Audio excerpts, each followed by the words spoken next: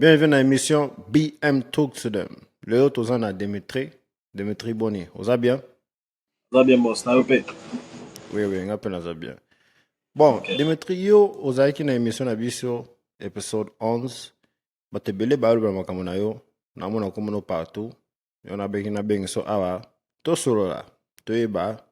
So ki izole kande nini. Bon, elo ele bosunga tuna yo. Expérience na on émission ezaki ndenge nini. Bon, en tout cas, c'était une belle expérience. Bien que na s'attendait quitter que Makambo et Kende Kei, ce qui est un avantage. Mais c'était quand même une belle expérience. Donc, si c'est à refaire, je crois que je reviendrai encore. Ok. Bon, Dimitri, toko dakamba mona makambango. Tant qu'on a une émission, oyaki pona nini? Bon, déjà, selon le concept d'émission, tu as pour le bolingo. Tu as pour le relation stable. Alors, je me suis dit, ce qui a engaillé, il est venu dans l'émission, ma rapi. Donc, c'était ça le but pour la qui. Tant yo oyaki na émission, basi nyonso basepelaki na yo. Mwasi moko ta pasola ya ballon. Donc yo siko yo moto pasola ba ballon na bato nyonso. Siko na suka otikali na mwasi moko, mwasi ana anemi po bo matche. Yo siko na suka olobi ke o eza ta na ote. Okoko matche na ote po eza ta na ote. Siko na tu na osiko Dimitri. Oyaki kosala nini na émission nanga? Bon, ça c'est une très bonne question déjà. Question te payer batou nyango, dans les commentaires, tout ça, ils ont mis fort. Donc je crois que c'est une bonne occasion pour appeler ça moi réponse aux ils a vraiment clair pour dans mon tout. Ouais, maintenant on a des critères et selon la critère on a que c'est ni hein, ma grande ligne ça, na ba bilo mususu auto baki ça malgré que ils a été. Ceux qui vous l'ont dit bien l'émission, vous allez remarquer que moi je martelais plus sur la tête. Et on a des questions comme ça qu'on pose pour notre niveau intellectuel à monter. Moi, en tout cas, selon mes critères, je dirais que j'étais pas satisfait. Il y a mon niveau na kutaki par rapport à où on a besoin s'attendre en tout cas et bah donc c'est un peu ça. Batubele, bah comprendre place ou c'est juste que selon mes critères selon ma grande ligne je n'avais pas vu Nazali satisfait Théo. Donc c'est juste ça. Dimitri. Ouais. Obi ke ndo batu batalela yo. Olati veste, olati bien. Oye wana lobi makama bien. Opposer pe ba question mo peneza passe pour na basi ba répondre. Mais au comité na suka olobi ke oh no eza talanga te. Bon, ce qu'on a zo mona pe na réseaux sociaux batu ba loba ke oh Dimitri azana mwasi azana bana. Réponse n'est pas ma sur les années. Bon, déjà, mutu nyonso aza libre ya croire oyo ya lingi. Tant que on a mon vérité zanini. En tout cas, si j'étais vraiment marié, vous pensez vraiment que je serais aussi bête si on les canaux TV. Pour battre mon anga aussi longtemps na ebi na bala. Et puis bon, battu wana déjà so ba ebi na bala ba bimisela nga photo moko yanga. Na moi si nanga na bana ngo. Comme ça, on pourra peut-être continuer les débats. Ok. Donc, aux moi cité, aux banaté. Même pas. Ok. Bon, ceux qui n'ont pas dans une émission, et là, on a oyo olinga osala pour batu ba sepela na yo. Ndenge oyaki na émission bali boso, et là on a changé.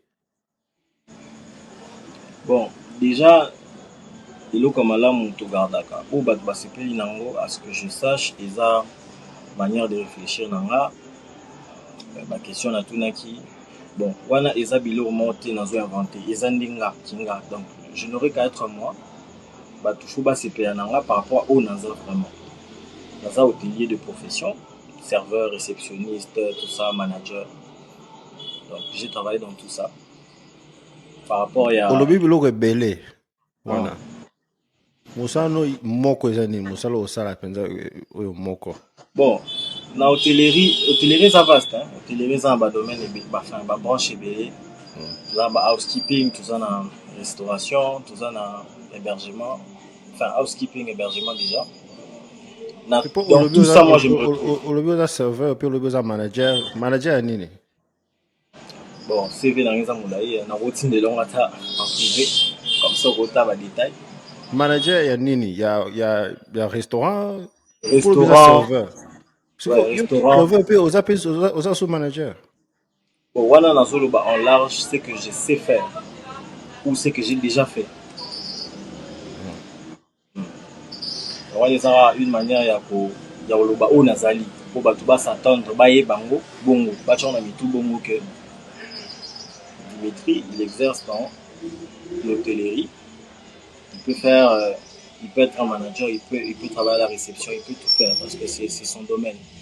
Ya ba licenciement ba congolais ba lobaka ya malamu to kopiaka ya mabe to rejetaka. Déjà, je vais garder tout ce qui était bien. Nyonso bato basepela nango manière de parler, le charisme, la réflexion, le respect surtout envers les femmes. Déjà, on les a on a conservé parce que j'ai pas trop reçu des critiques sur ça. Mais ce année là on a beaucoup changé. Peut-être finalité. Ndenge na suki selaki. Namoni en tout cas bato ebele ba comprendre quitté. Alors j'aurais essayé de mieux faire ça pour que épée sa image mususu. C'est là où épée ça qui on a. Bato bazoloba boye Demetri yo oye na émission oyebi ki eza mpona koluka bolingo soki ozalaki na temps mpona koluka bolingo te mpona nini oyaki na émission oye kaka ko bato bamona yo nde olati bamona ndenge ozoloba bamona ki oza mutu moko oza mutu ya bien mais oye na okoluka bolingo te donc eza lokola Bon, obebisi ta bato ebele mpo fana azwa moto mosusu aya ke yo mpo yo ozoluka no bolingo te oza na temps te mobali ata olobi ke yo bimaka 6 heures ozongwi 6 heures, 23 heures. 23 heures donc obimi 6 heures ozongi 23 heures sikoyo ozoluka bolingo mpo ani soki oza na temps te. Ah, bon, voilà question eza vraiment la nyonso na kati hein. Si on répond à la question, en tout cas, il y aura toutes les informations dedans. Bon, déjà, on est dans le bain et bandeli.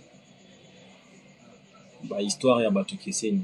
Na moto aza na histoire na ndenge nzamba sala. Ce qu'il fallait que Dimitri akutana oyo aye mwasi na plateforme de télé. Mabe eza wapi? Mabe eza te. Déjà na mona bato batu na wa okenda lokani. Mais naza moto. Na pe na droit ya lever. Si j'ai jugé bon que peut-être que là, c'est là-bas que j'aurais trouvé quelqu'un qui me convient, pourquoi pas. Mais réaction dans un asuka, les bébés va comprendre ce que je voulais faire. Bon, je vais nous emmener un peu dans une réflexion profonde. Déjà, nous savons tous que sur TikTok, sur les réseaux sociaux en général de nos jours, mamwetikala. Dans ce logo, ça, mais tikaliwana. Ça, l'actualité. Et on a commencé par le garçon, enfin, on a commencé par la fille, Batuni la fille. On s'est payé nae, Bokele. La fille a nimi. Et puis Bazongeli nae. Ce que les gens n'ont pas compris, et ça que moi j'ai pensé plus loin que Bissonian Sutozane na rati émission. Vous imaginez une femme, Baboyo na TV, avec comme raison, quotient intellectuel nayo et convaincre en raté. Moi je pense que ça allait être très brutal. Alors j'ai préféré ramener tout sur moi. Dimitri, loba lingala. Ouais. Ok, ah, on a préféré que tout, Nazongi Sanyon c'est pas nanga, juste pour un peu essayer de préserver l'image de la fille. Parce que lobby pe à quoi coûte un aligné. Après, quoi, il y aura comme raison, Ah, fille kutu alika na pop de ballon kutu maile mukie kutu banema boy bon wani za Donc, u bato yo pana yo kasi ke yo za mayele. bon nalobi te ke nga naza mayele koleka bato déjà bato Basiana bazofinga bazalaki nga wana basiano baleki na male basiano moki baza mayele te. ah bon totalaka na bacommentaire bato bazofinga wana bango mo balobi ke Ok. déjà bato bayebi nga bien Yo omoni ke yo baza na niveau mona yo te nde omoni bango oloba nde bongo nayoka vraiment te epa na yo baza na niveau na yo te. bon pour être sincère pour être vraiment bref bato bayebi nga bayebaki na ngai nabima na mwasi te place wana bayebaki yango déjà baanticipaki pourquoi bato bayebi nga bayebi quand même qui je suis comment je fonctionne bavaleur na nga et j'étais juste déçu ya omona ke nakutanaki na le maximum te oyo mpena ekoka koconvaincre sikoyo nga ozoluka natikala mwasi ya ndenge nini mpenza yokanisi sikoyo yo ozwa mwasi oyo awuti soki wapi mwasi oyo nango matie na ye aza mwasi tokasi seke azalaki bia mpo na yo bon otunaki ye makambo nyonso to alobaki makambo nyonso totunaki ye arépondaki bien dépendre sikoyo eloko eloko bino nini bozobenga bien bon eloko sikoyo bino bobenga bien yo olingaki sikoyo aloba nini mpo esepisa yo bon so bolandi émission bien prestation na nga na ebandeli ntango batuni nga eloko nyonso epelisako mpa mwasi nde mpe na ndoloba na ebandeli motu na moto aka na bagrande ligne na ye bato mosusu balingaka baforme ezala no eloko ya liboso mais bato mosusu mpe balingaka no motu esala eloko ya liboso moi je suis de ceux oyo balingaka mwasi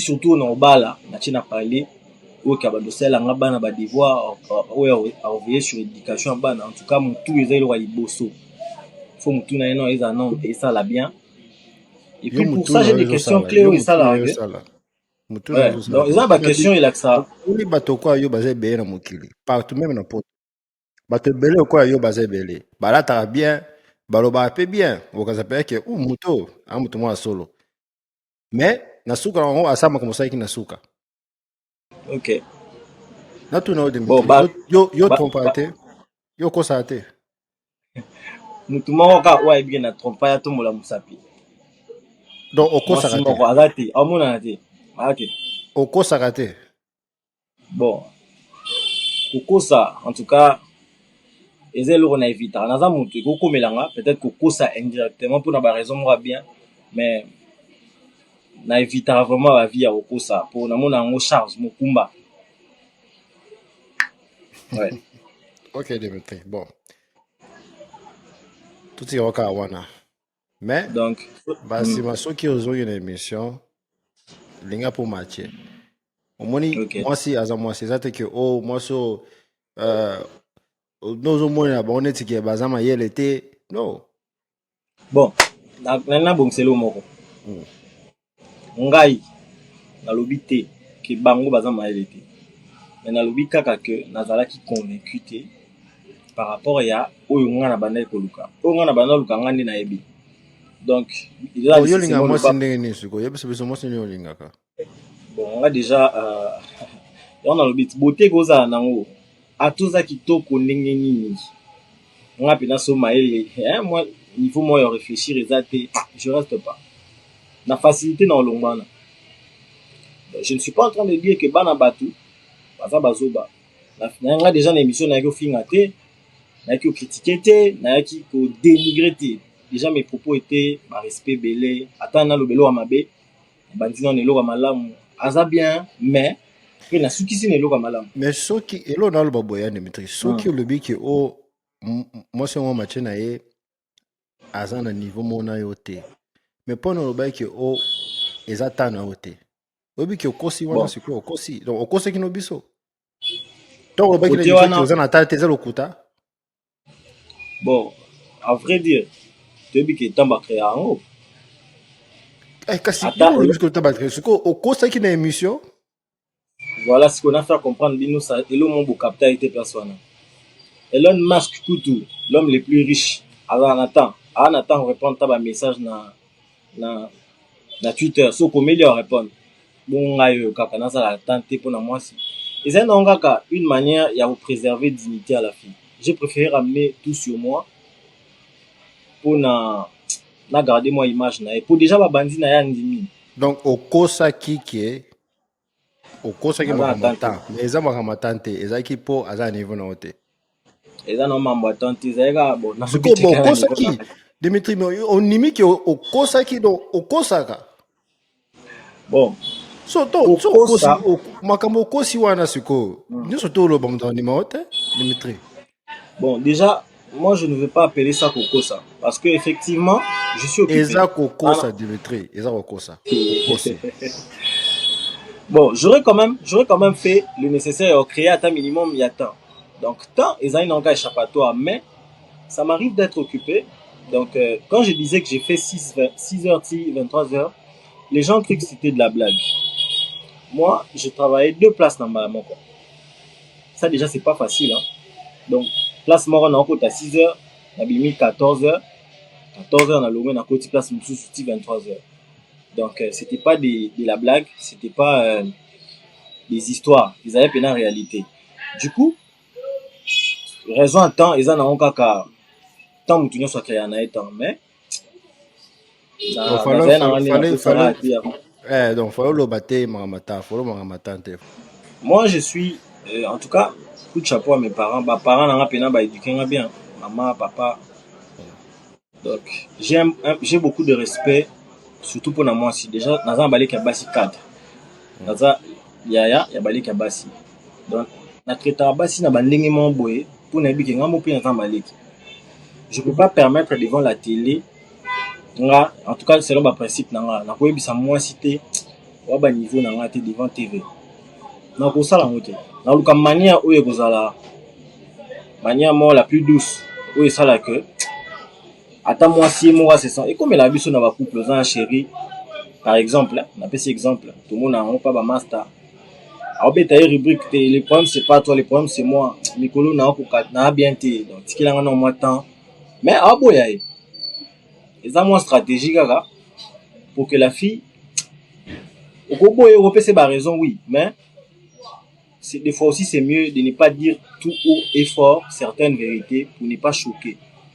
Bato musu ba mi bomaka, bato musu ba mi dembi kaka, bato musu ba koka choc te. Ko bete choc à makasi, akia misali mabe, akoki na yango te. Moi je pense à tout ça, j'avais anticipé.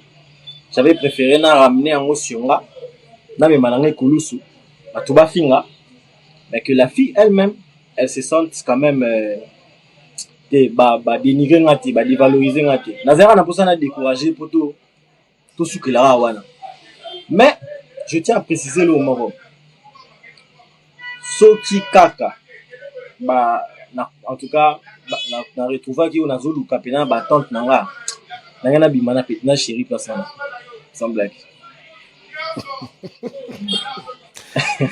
Ok Dimitri, bon elo nini osala sika to ye ba bato bako ko tayo moi support yebisa biso ba plan na yo za na ondeni siko ozala ba projet ya sekezo ya o bato bako yeba.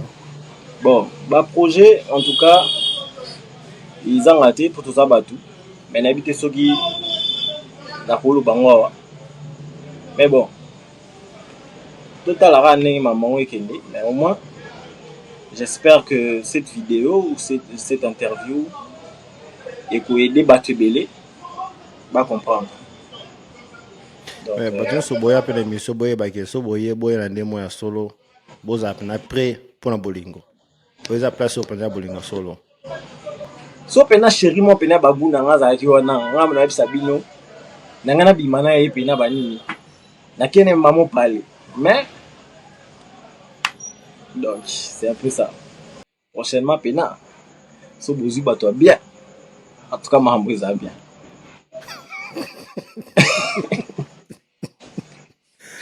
Ok, merci Dimitri. Merci de bien se voir votre émission. Bye bye. D'accord boss, bye.